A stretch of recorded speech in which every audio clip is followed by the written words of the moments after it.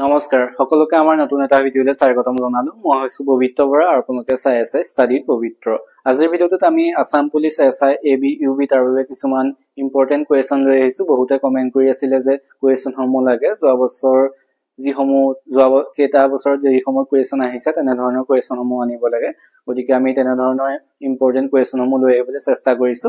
গতিকে সকলোৱে ভিডিঅ'টো শেষলৈকে চাবা। যিসকলে আমাৰ চেনেলটো এতিয়াও ছাবস্ক্ৰাইব কৰা নাই সেইসকলে চেনেলটো ছাবস্ক্ৰাইব কৰি বন্ধু বান্ধৱীৰ সৈতে শ্বেয়াৰ কৰি দিবা। তেন্তে বেছি দেৰি নকৰি কুৱেশ্যনসমূহৰ মাজলৈ যাব বিচাৰিছো। আজিৰ প্ৰথম কুৱেশ্যনটো সুধিছে কোনজন ৰজাৰ দিনত মোৱামৰীয়া বিদ্ৰোহ হৈছিল। মোৱামৰীয়া বিদ্ৰোহ কোনজন ৰজাৰ দিনত হৈছিল সুধিছে। ইয়াৰ অপশ্যনৰ শুদ্ধ উত্তৰটো হৈছে অপশ্যন বি লক্ষ্মী সিংহৰ দিনত। লক্ষ্মী সিংহৰ দিনত মোৱামৰীয়া বিদ্ৰোহ সংঘটিত হৈছিল। আমি তাৰ পিছৰ 2 নম্বৰ কুৱেশ্যনটোলৈ যাওঁ। 2 নম্বৰ কুৱেশ্যনটো সুধিছে মহাত্মা গান্ধীৰ ৰাজনৈতিক গুৰু কোন আছিল। মহাত্মা গান্ধীৰ ৰাজনৈতিক গুৰু কোন আছিল সুধিছে। ইয়াৰ অপশ্যন যি 4জন দিছে তাৰ শুদ্ধ উত্তৰ হৈছে অপশ্যন এ গোপাল কৃষ্ণ গোখলে। গোপাল কৃষ্ণ গোখলে হৈছে মহাত্মা গান্ধীৰ ৰাজনৈতিক গুৰু। আমি তাৰ পিছৰ 3 নম্বৰ কুৱেশ্যনটোলৈ আহিছোঁ। 3 নম্বৰ কুৱেশ্যন সুধিছে অসমৰ নেপোলিয়ন বুলি কাক কোৱা হয়। অসমৰ নেপোলিয়ন বুলি কাক কোৱা হয় সুধিছে। ইয়াত দিছে ভাস্কৰ বৰ্মন, চুকাফা, চুহুংমুং, শিৱসিংহ। এইটো তোমালোকৰ বাবে ৰাখিছোঁ। এইটো উত্তৰ কি হয় তোমালোকে কমেণ্ট কৰি জনাবা। কুৱেশ্যন 3 তোমালোকে এ বি চি ডি কি হয় উত্তৰটো এনেধৰণে লিখি পেলাই সকলোৱে কমেণ্ট কৰিবা। যি চোৱা সকলোৱে কমেণ্ট কৰিবা। আমি তাৰপিছত 4 নম্বৰ কুৱেশ্যনলৈ আহিছোঁ। 4 নম্বৰ কুৱেশ্যন সুধিছে মহাভৈৰৱ মন্দিৰ কোনে সজাইছিল। মহাভৈৰৱ মন্দিৰ কোনে নিৰ্মাণ কৰিছিল সুধিছে। ৰাইট এনচাৰটো হৈছে অপশ্যন এ বান ৰজা। বান ৰজাই মহাভৈৰৱ মন্দিৰ সজাইছিল। আমি তাৰপিছত আহিছোঁ 5 নম্বৰ কুৱেশ্যনলৈ। 5 নম্বৰ কুৱেশ্যন সুধিছে দৰঙী ৰাজবংশাৱলী কোনে লিখিছিল। দৰঙী ৰাজবংশাৱলী কোনে লিখিছিল সুধিছে। ইয়াৰ অপশ্যন 4টাৰ শুদ্ধ উত্তৰ হৈছে অপশ্যন বি সূৰ্যখৰি দৈবজ্ঞ। সূৰ্যখৰি দৈবজ্ঞই দৰঙী ৰাজবংশাৱলী লিখিছিল। আমি তাৰপিছত আহিছোঁ 7 নম্বৰ কুৱেশ্যনলৈ। 7 নম্বৰ কুৱেশ্যন সুধিছে বেলাৰী তাপশক্তি কেন্দ্ৰ ক'ত অৱস্থিত। বেলাৰী তাপশক্তি কেন্দ্ৰ ক'ত অৱস্থিত সুধিছে। অপশ্যন 4টাৰ শুদ্ধ উত্তৰ হৈছে অপশ্যন এ কৰ্ণাটক। কৰ্ণাটকত বেলাৰী তাপশক্তি কেন্দ্ৰ অৱস্থিত। আমি তাৰপিছৰ 8 নম্বৰ কুৱেশ্যনলৈ আহিছোঁ। 8 নম্বৰ কুৱেশ্যন সুধিছে ভাৰতৰ পশুপালন বৰ্ডৰ কল্যাণ বৰ্ডৰ মুখ্য কাৰ্যালয় ক'ত অৱস্থিত। ভাৰতৰ পশু কল্যাণ বৰ্ডৰ মুখ্য কাৰ্যালয় ক'ত আছে সুধিছে। ইয়াৰ ৰাইট এনচাৰটো হৈছে অপশ্যন চি বল্লভগড়। বল্লভগড়ত আছে ভাৰতৰ পশু কল্যাণ বৰ্ডৰ মুখ্য কাৰ্যালয়। আমি তাৰপিছত আহিছোঁ 9 নম্বৰ কুৱেশ্যনলৈ। 9 নম্বৰ কুৱেশ্যন সুধিছে ভগৱান গৌতম বুদ্ধৰ জন্মস্থান ক'ত। গৌতম বুদ্ধৰ জন্মস্থান ক'ত সুধিছে। ইয়াত দিছে লুম্বিনী, সাৰনাথ, বোধগয়া, বৈশালী। ৰাইট এনচাৰটো হৈছে অপশ্যন এ লুম্বিনী। ভগৱান গৌতম বুদ্ধৰ জন্মস্থান ক'ত লুম্বিনীত। মনত ৰাখিবা সকলোৱে। আমি তাৰপিছত আহিছোঁ 10 নম্বৰ কুৱেশ্যনলৈ। 10 নম্বৰ কুৱেশ্যন সুধিছে ইণ্ডিকা গ্ৰন্থখন কোনে লিখিছিল। ইণ্ডিকা গ্ৰন্থখন কোনে লিখিছিল সুধিছে। জানানে সকলোৱে। ৰাইট এনচাৰটো হৈছে অপশ্যন বি মেগাস্থেনিছ। মেগাস্থেনিছে ইণ্ডিকা গ্ৰন্থখন লিখিছিল। আমি তাৰপিছত আহিছোঁ 11 নম্বৰ কুৱেশ্যনলৈ। 11 নম্বৰ কুৱেশ্যন সুধিছে কৰম পূজা কোনটো জনগোষ্ঠীয়ে পালন কৰে। কৰম পূজা কোনটো জনগোষ্ঠীয়ে পালন কৰে সুধিছে। ইয়াৰ ৰাইট এনচাৰটো হৈছে অপশ্যন চি চাহ জনগোষ্ঠী। চাহ জনগোষ্ঠীয়ে কৰম পূজা পালন কৰে। আজিৰ ভিডিঅ' চোৱা তোমালোকৰ মাজুলীৰ কোনোবা আছে নাই কমেণ্ট কৰি জনাবা। যিহেতু ৰাস আহি আছে গতিকে মাজুলীৰ কোনোবাই কিজানি কমেণ্ট কৰি মাতে। সকলোৱে কমেণ্ট কৰিবা বুলি আশা থাকিল। ক'ত ক'ত ৰাস পাতিছে নিশ্চয় যাবলৈ চেষ্টা কৰিম হয় নাই। আমি তাৰপিছত আহিছোঁ 12 নম্বৰ কুৱেশ্যনলৈ। 12 নম্বৰ কুৱেশ্যন সুধিছে আধা লেখা দস্তাবেজ গ্ৰন্থখনৰ গ্ৰন্থকাৰ কোন। আধা লেখা দস্তাবেজ গ্ৰন্থখনৰ গ্ৰন্থকাৰ কোন সুধিছে। ইয়াৰ ৰাইট এনচাৰটো হৈছে অপশ্যন চি মামণি ৰয়ছম গোস্বামী। মামণি ৰয়ছম গোস্বামীয়ে কোনখন লিখিছিল আধা লেখা দস্তাবেজ। আমি তাৰপিছত আহিছোঁ 13 নম্বৰ কুৱেশ্যনলৈ। 13 নম্বৰ কুৱেশ্যন সুধিছে প্ৰথম অসমীয়া মহিলা আলোচনীখনৰ নাম কি। মহিলা আলোচনীখনৰ প্ৰথম কি সুধিছে। ৰাইট এনচাৰটো হৈছে অপশ্যন বি ঘৰ জেউতী। ঘৰ জেউতী হৈছে প্ৰথম অসমীয়া মহিলা আলোচনীখনৰ নাম। আমি তাৰপিছত আহিছোঁ 14 নম্বৰ কুৱেশ্যনলৈ। 14 নম্বৰ কুৱেশ্যন সুধিছে প্ৰথম অসমীয়া দৈনিক বাতৰি কাকতখনৰ নাম কি প্ৰথম অসমীয়া দৈনিক বাতৰি কাকতখনৰ নাম কি সুধিছে ইয়াৰ ৰাইট এনসাৰটো হৈছে অপচন এ দৈনিক বাতৰি হৈছে প্ৰথম অসমীয়া দৈনিক বাতৰি কাকতখনৰ নাম আমি তাৰ পিছত 15 নম্বৰ কোৱেশ্চন লৈ আহিছো 15টো সুধিছে মহাত্মা গান্ধীৰ জন্মদিন কিমান তাৰিখে পালন কৰা হয় গান্ধী জয়ন্তী কিমান তাৰিখে পালন কৰে সকলো জানাই চাগে option D right answer 2 October আমি তাৰ পিছত 16 নম্বৰ কোৱেশ্চন লৈ আহিছো আসাম পুলিচত তোমালোকে কিমান নম্বৰ পালে সকলো কমেন্ট কৰি জনাবা আৰু কাৰ এতিয়ালৈকে হোৱা নাই এই সকলো কমেন্ট কৰিবা আমি তাৰ পিছত আহিছো 16 নম্বৰ কোৱেশ্চনলৈ 16টো সুধিছে বিশ্ব ঐতিহ্য দিৱস কোন তাৰিখে পালন কৰা হয় বিশ্ব ঐতিহ্য দিৱসৰ কথা সুধিছে কোন তাৰিখে পালন কৰা হয় ৰাইট এনসাৰটো হৈছে অপচন এ 18 এপ্ৰিল তাৰিখে বিশ্ব ঐতিহ্য দিৱস পালন কৰা হয় আমি তাৰ পিছত 17 নম্বৰ কোৱেশ্চন লৈ আহিছো 17টো সুধিছে ভাৰতৰ পৰিকল্পনা আয়োগৰ অধ্যক্ষ কোন সুধিছে ৰাইট এনসাৰটো হৈছে অপচন সি প্ৰধানমন্ত্ৰী হৈছে ভাৰতৰ পৰিকল্পনা আয়োগৰ অধ্যক্ষ আমি তাৰ পিছত 18 নম্বৰ কোৱেশ্চন লৈ আহিছো 18টো সুধিছে অসম বুৰঞ্জীত জলম বঁটা বুলি কাক আখ্যা দিয়া হয় হৈছিল সুধিছে ৰাইট এনসাৰটো হৈছে অপচন বি কীৰ্তিচন্দ্ৰ বৰবৰুৱা কি বুলি আখ্যা দিয়া হৈছিল জলম বঁটা আমি তাৰ পিছত 19 নম্বৰ কোৱেশ্চন লৈ আহিছো 19টো সুধিছে শৰাইঘাটৰ যুদ্ধত মোগলৰ সেনাপতি কোন আছিল এটো চাগে সকলোৱে জানা ইয়াৰ ৰাইট এনসাৰটো হৈছে অপচন সি ৰামসিংহ হৈছে শৰাইঘাটৰ যুদ্ধত মোগলৰ সেনাপতি আমি তাৰ পিছত আহিছো আজিৰ 20 নম্বৰ কোৱেশ্চন লৈ 20 নম্বৰ কোৱেশ্চন সুধিছে তাজমহল কাৰ স্মৃতিত বনোৱা হৈছিল সুধিছে ৰাইট এনসাৰটো হৈছে অপচন এ মমতাজৰ স্মৃতিত তাজমহল বনোৱা হৈছে তোমালোকে আজিৰ ভিডিওটো চাই কেনেকুৱা পাইছা সকলো কমেন্ট কৰি জনাবা যদি ভাল পাইছা তেনেহলে চেনেলটো সাবস্ক্ৰাইব কৰি বন্ধু বান্ধৱীৰ সৈতে শেয়াৰ কৰি দিবা আমি তাৰ পিছত 21 নম্বৰ কোৱেশ্চন লৈ আহিছো 21টো সুধিছে কুশল কোঁৱৰক কেতিয়া ফাঁচি দিয়া হৈছিল কিমান চনত ফাঁচি দিয়া হৈছিল তোমালোকে জানানে ৰাইট এনসাৰটো হৈছে অপচন ডি 1943 চনত কুশল কোঁৱৰক ফাঁচি দিয়া হৈছিল আমি তাৰ পিছত আহিছো 22 নম্বৰ কোৱেশ্চন লৈ 22টো সুধিছে ৰাজীৱ গান্ধীৰ সমাধিস্থলক কি বুলি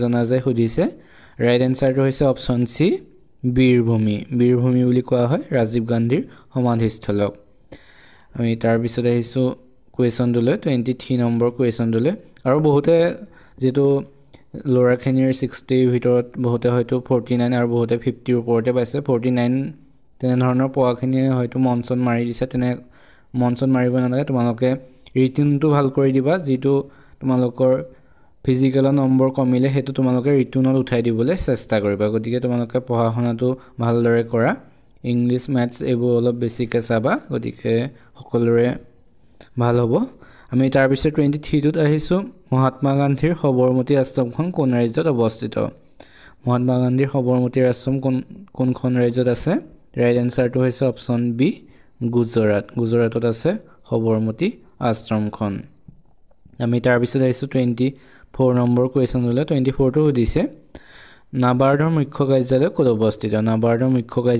অৱস্থিত সুধিছে ৰাইট এনসাৰটো হৈছে অপচন বি মুম্বাইত নাবাৰ্ডৰ মুখ্য কাৰ্যালয় অৱস্থিত আমি তাৰ পিছত আহিছো 25 নম্বৰ কোৱেশ্চন লৈ 25টো সুধিছে কোনে মহাত্মা গান্ধীক জাতিৰ পিতা উপাধি প্ৰদান কৰিছিল সুধিছে ইয়াৰ ৰাইট এনসাৰটো হৈছে অপচন বি সুভাষ চন্দ্ৰ বসুৱে মহাত্মা গান্ধীক জাতিৰ পিতা উপাধি প্ৰদান কৰিছিল আমি ইতিমধ্যে 25টা আলোচনা কৰিলো আমি তাৰ পিছত আৰু 25টা আলোচনা কৰোঁ এইকেইটা আকৌ পুনৰ 1-2 কে আৰম্ভ হ'ব আমি টোটাল আজিৰ ভিডিওটোত 50টা আলোচনা কৰিম তোমালোকে 50টাৰ ভিতৰত কিমানটা উত্তৰ দিব পাৰিছা সকলোৱে কমেন্ট কৰি শেষত জনাবা আমি তাৰ পিছৰ কোৱেশ্চনলৈ যাওঁ তাৰ পিছৰ কোৱেশ্চন সুধিছে শ্ৰীমন্ত শংকৰদেৱৰ মাতৃৰ নাম কি আছিল সুধিছে ৰাইট এনসাৰটো হৈছে অপচন সি সত্যসন্ধ্যা আছিল শ্ৰীমন্ত শংকৰদেৱৰ মাতৃৰ নাম আৰু বুঢ়ী মাকৰ নাম কি আছিল খেৰসুঁতি আমি তাৰ পিছতে আহিছো তাৰ পিছৰ 2 নম্বৰ কোৱেশ্চনলৈ 2 নম্বৰ অৰ্থাৎ এটো 27 নম্বৰ হয় এটো সুধিছে অসম পাৰ হৈ বাংলাদেশত পৰা ব্ৰহ্মপুত্ৰৰ অংশটোক কি নামেৰে জনা যায় অসম পাৰ হৈ বাংলাদেশত পৰাৰ পিছত ব্ৰহ্মপুত্ৰ অংশটোক কি নামেৰে জনা যায় সুধিছে ইয়াৰ ৰাইট এনসাৰটো হৈছে অপচন এ যমুনা যমুনা নামেৰে জনা যায় বাংলাদেশত ব্ৰহ্মপুত্ৰ নদীক আমি তাৰ পিছতে আহিছো 3 নম্বৰ কোৱেশ্চনলৈ 3 নম্বৰ কোৱেশ্চন সুধিছে অসমৰ একমাত্ৰ বৰ্ষাৰণ্যখনৰ নাম কি অসমৰ একমাত্ৰ বৰ্ষাৰণ্যখনৰ নাম কি সুধিছে ইয়াত দিছে দীপৰ বিল দিহিং পাটকাই চান্দুবি ডিব্ৰুচৈখোৱা ৰাইট এনসাৰটো হৈছে অপচন বি দিহিং পাটকাই হৈছে অসমৰ একমাত্ৰ বৰ্ষাৰণ্যখনৰ নাম আমি তাৰ পিছত আহিছো 4 নম্বৰ কোৱেশ্চনলৈ 4 নম্বৰ কোৱেশ্চন সুধিছে দ্বিতীয় অসমীয়া কথাছবিখনৰ নাম কি অসমীয়া দ্বিতীয় কথাছবিখনৰ নাম কি সুধিছে আমি জানো প্ৰথমখন হৈছে জয়মতী এখন কিমান চনত হৈছে 1935 চনত মুক্তি লাভ কৰিছিল গতিকে দ্বিতীয়খন কি সুধিছে ৰাইট এনসাৰটো হৈছে অপচন সি ইন্দ্ৰমালতী হৈছে দ্বিতীয় অসমীয়া কথাছবি এইখনৰ পৰিচালক কোন আছিল জ্যোতিপ্ৰসাদ আগৰৱালা হৈছে এইখনৰ পৰিচালক আৰু এইখন মুক্তি লাভ কৰিছিল 1939 চনত আৰু জয়মতী এই দুইখনে জ্যোতিপ্ৰসাদ আগৰৱালাই পৰিচালনা কৰা সকলোৱে মনত ৰাখিবা আমি তাৰ পিছত আহিছো 5 নম্বৰ কোৱেশ্চনলৈ 5 নম্বৰ কোৱেশ্চন সুধিছে কোনে বিষ্ণুপ্ৰসাদ ৰাভাক কলাগুৰু উপাধি প্ৰদান কৰিছিল কলাগুৰু সন্মান বিষ্ণুপ্ৰসাদ ৰাভাক কোনে প্ৰদান কৰিছিল সুধিছে ৰাইট এনসাৰটো হৈছে অপচন এ সৰ্বপল্লী ৰাধাকৃষ্ণনে বিষ্ণুপ্ৰসাদ ৰাভাক কলাগুৰু উপাধি প্ৰদান কৰিছিল আমি তাৰ পিছত আহিছো 6 নম্বৰ কোৱেশ্চনলৈ 6টো সুধিছে অসমৰ প্ৰথম ভ্ৰাম্যমাণ থিয়েটাৰ হ'ল অসমৰ প্ৰথম ভ্ৰাম্যমাণ থিয়েটাৰ কি সুধিছে অপচনত দিছে কোহিনুৰ নটৰাজ বান তেৰাজ তিলক ৰাইট এনসাৰটো হৈছে অপচন বি নটৰাজ থিয়েটাৰ হৈছে অসমৰ প্ৰথম ভ্ৰাম্যমাণ থিয়েটাৰ আমি তাৰ পিছৰ 7 নম্বৰ কোৱেশ্চনলৈ আহিছো 7টো সুধিছে অসমৰ প্ৰথম মহিলা বিত্তমন্ত্ৰী গৰাকীৰ নাম কি অসমৰ প্ৰথম মহিলা বিত্তমন্ত্ৰী গৰাকীৰ নাম কি সুধিছে ৰাইট এনসাৰটো হৈছে অপচন এ অজন্তা নেওগ হৈছে অসমৰ প্ৰথম মহিলা বিত্তমন্ত্ৰী গৰাকীৰ নাম আমি তাৰ পিছত আহিছো 7 নম্বৰ কোৱেশ্চন 8 নম্বৰ কোৱেশ্চনলৈ 8টো সুধিছে তলৰ কোনজনক ভাৰতৰ পক্ষী মানৱ নামেৰে জনা যায় ভাৰতৰ পক্ষী মানৱ নামেৰে তলৰ কোনজনক জনা যায় সুধিছে ৰাইট এনসাৰটো হৈছে অপচন সি সালিম আলীক কি বুলি জনা যায় ভাৰতৰ পক্ষী মানৱ নামেৰে আমি তাৰ পিছত আহিছো 9 নম্বৰ কোৱেশ্চনলৈ 9 নম্বৰ কোৱেশ্চন দিছে তলৰ কোনখন নদী নামেৰী ৰাষ্ট্ৰীয় উদ্যানৰ মাজেৰে বৈ গৈছে নামেৰী ৰাষ্ট্ৰীয় উদ্যানৰ মাজেৰে কোনখন নদী বৈ গৈছে সুধিছে ৰাইট এনসাৰটো হৈছে অপচন বি জিয়াভৰলী নদীখন নামেৰী ৰাষ্ট্ৰীয় উদ্যানৰ মাজেৰে বৈ গৈছে আমি তাৰ পিছত আহিছো 10 নম্বৰ কোৱেশ্চনলৈ 10টো সুধিছে ভোৰতাল নৃত্য কোনখন ঠাইৰ সৈতে জড়িত সুধিছে ৰাইট এনসাৰটো হৈছে অপচন ডি বৰপেটা ভোৰতাল নৃত্য বৰপেটাৰ সৈতে জড়িত সকলোৱে মনত ৰাখিবা আমি তাৰ পিছত আহিছো 11 নম্বৰ কোৱেশ্চনলৈ 11টো সুধিছে কামাখ্যা মন্দিৰ কোন পাহাৰত অৱস্থিত সুধিছে ৰাইট এনসাৰটো হৈছে অপচন এ নীলাচল কামাখ্যা মন্দিৰ নীলাচল পাহাৰত অৱস্থিত আমি তাৰ পিছত আহিছো 12 নম্বৰ কোৱেশ্চনলৈ 12 নম্বৰ কোৱেশ্চন সুধিছে উমানন্দ মন্দিৰক আন কি নামেৰে জনা যায় বেলেগ কি নামেৰে জনা যায় সুধিছে ৰাইট এনসাৰটো হৈছে অপচন সি ময়ূৰদ্বীপ উমানন্দ মন্দিৰক ময়ূৰদ্বীপ নামেৰেও জনা যায় আমি তাৰ পিছত 13 নম্বৰ কোৱেশ্চনলৈ আহিছো 13 নম্বৰ কোৱেশ্চন সুধিছে হয়গ্ৰীৱ মাধৱ মন্দিৰ কোনটো পাহাৰত অৱস্থিত আছে ৰাইট এনসাৰটো হৈছে অপচন বি মণিকোট পাহাৰত হয়গ্ৰীৱ মাধৱ মন্দিৰ অৱস্থিত তোমালোকে কোৱেশ্চনসমূহ কেনেকুৱা পাইছা কমেন্ট কৰি জনাবা আৰু ভিডিঅ'টোত যদি লাইক কৰা নাই সকলোৱে লাইক কৰি দিবা আৰু চেনেলটো সাবস্ক্ৰাইব কৰি দিবা আমি তাৰ পিছত আহিছো 14 নম্বৰ কোৱেশ্চনলৈ 14টো সুধিছে অসমৰ প্ৰথম সাহিত্যিক পেঞ্চনাৰ কোন সুধিছে ৰাইট এনসাৰটো হৈছে অপচন ডি পদ্মনাথ গোহাঁইবৰুৱা হৈছে অসমৰ প্ৰথম সাহিত্যিক পেঞ্চনাৰ আমি তাৰ পিছৰ 15 নম্বৰ কুৱেশ্যন লৈ আহিছো 15 নম্বৰ কুৱেশ্যন সুধিছে 55ক ৰোমান ভাষাত কেনেকৈ লিখা হয় 55ক ৰোমান ভাষাত কেনেকৈ লিখা হয় অপচন এ টু হৈছে ৰাইট এনসাৰ LV হিচাপে লিখা হয় 55ক ৰোমান ভাষাত আমি তাৰ পিছত আহিছো 16 নম্বৰ কুৱেশ্যন লৈ 16 টো সুধিছে 90ক ৰোমান ভাষাত কেনেকৈ লিখা হয় 90ক কেনেকৈ লিখা হয় সুধিছে ইয়া অপচন সি টু হৈছে ৰাইট এনসাৰ XC বুলি লিখা হয় ৰোমান সংখ্যাত 90ক আমি তাৰ পিছত 17 নম্বৰ কুৱেশ্যন লৈ আহিছো 17 টো সুধিছে তলৰ কোনখন ৰাষ্ট্ৰীয় উদ্যানক ৰাজীৱ গান্ধী বন্যপ্ৰাণী অভয়াৰণ্য নামেৰে নামকৰণ কৰা হৈছিল ৰাজীৱ গান্ধী বন্যপ্ৰাণী অভয়াৰণ্য নামেৰে কোনখন ৰাষ্ট্ৰীয় উদ্যানক নামকৰণ কৰা হৈছিল সুধিছে ৰাইট এনসাৰটো হৈছে অপচন বি ওৰাং ৰাষ্ট্ৰীয় উদ্যানক ৰাজীৱ গান্ধী বন্যপ্ৰাণী অভয়াৰণ্য নামেৰে জনা গৈছিল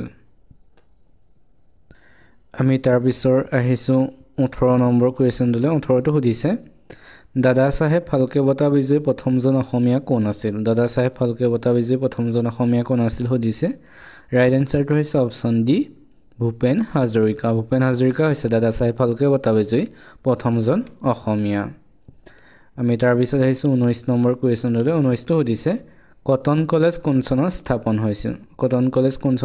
হৈছিল সুধিছে ৰাইট এনসাৰটো হৈছে অপচন ডি 1901 চনত কটন কলেজ স্থাপন হৈছিল আমি তাৰ পিছত আহিছো 20 নম্বৰ কুৱেশ্যন লৈ 20 টো সুধিছে ভাৰত ৰত্ন সন্মান পোৱা প্ৰথম অসমীয়া কোন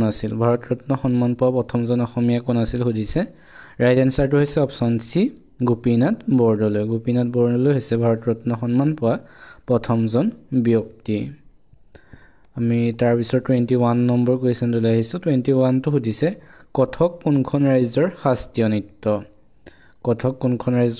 নৃত্য সুধিছে ইয়াত দিছে কেৰালা উৰিষ্যা তামিলনাডু উত্তৰ প্ৰদেশ ৰাইট এনসাৰটো হৈছে অপচন ডি উত্তৰ প্ৰদেশ কথক উত্তৰ প্ৰদেশৰ এটি শাস্ত্ৰীয় নৃত্য আমি তাৰ পিছত আহিছো 22 নম্বৰ কুৱেশ্যন লৈ 22 টো সুধিছে শৰাইঘাটৰ যুদ্ধ কাৰ মাজত হৈছিল ৰাইট এনসাৰটো হৈছে অপচন এ আহোম আৰু মোগলৰ মাজত শৰাইঘাটৰ যুদ্ধ সংঘটিত হৈছিল আমি তাৰ পিছত আহিছো 23 নম্বৰ কুৱেশ্যন লৈ 23 টো সুধিছে লটাছ মন্দিৰ ক'ত অৱস্থিত সুধিছে ইয়াৰ ৰাইট এনসাৰটো হৈছে অপচন সি নতুন দিল্লীত লটাছ মন্দিৰ অৱস্থিত আমি তাৰ পিছত আহিছো 24 অৰ্থাৎ 49 নম্বৰ এটো কুৱেশ্যন ইয়াত দিছে জুবিন গাৰ্গৰ প্ৰথম এলবামটিৰ নাম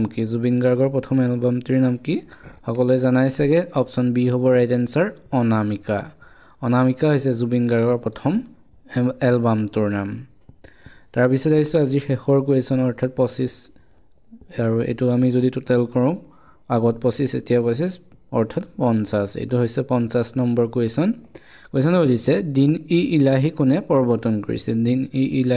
প্ৰৱৰ্তন কৰিছিল ৰাইট এনসাৰটো হৈছে ইয়াত দিছে আকবৰ বাবৰ শাহজাহান হুমায়ুন ৰাইট এনসাৰ হৈছে অপচন এ আকবৰে দিন ই ইলাহি প্ৰৱৰ্তন কৰিছিল এইকেইটাই আছিল আজিৰ কুৱেশ্যন আজি যে আমি কিমানটা 50টা কুৱেশ্যন আলোচনা কৰিলো 50টাৰ ভিতৰত তোমালোকে কিমানটা শুদ্ধ উত্তৰ কৰিছা সকলোৱে কমেন্ট কৰি জনাবলৈ চেষ্টা কৰিবা যদি কমকৈ পাৰিছা তেন্তে কমকৈ হলো তোমালোকে কমেন্ট কৰি জনাবা বহুতে হয়তো লাজতে কমেন্ট নকৰে ইমান কমকৈ পাৰিছিলে একো নাই তোমালোকে সকলোৱে কমেন্ট কৰি জনাবা যিসকলে এতিয়ালৈকে আমাৰ চেনেলটো সাবস্ক্ৰাইব কৰা নাই সেইসকলে চেনেলটো সাবস্ক্ৰাইব কৰি ভিডিঅটো এটা লাইক কৰি বন্ধু বান্ধৱীৰ সৈতে শ্বেয়াৰ কৰি দিবা আৰু ইয়াৰ পিডিএফ সমূহ আমি টেলিগ্ৰামত দিয়া আছে তাতে তোমালোকে ডেসক্ৰিপচনতে লিংকটো দিয়া আছে তাৰ পৰা তোমালোক জয়েন হৈ ল'ব পাৰিবা টেলিগ্ৰামত অথবা তোমালোকে টেলিগ্ৰামত গৈ সাৰ্চ কৰিব পৰা ষ্টাডি উইথ পবিত্ৰ বুলি তাতে তোমালোকে সকলো জয়েন হৈ ল'ব পাৰিবা তেন্তে আজিলৈ ভিডিঅটো ইমানে ধন্যবাদ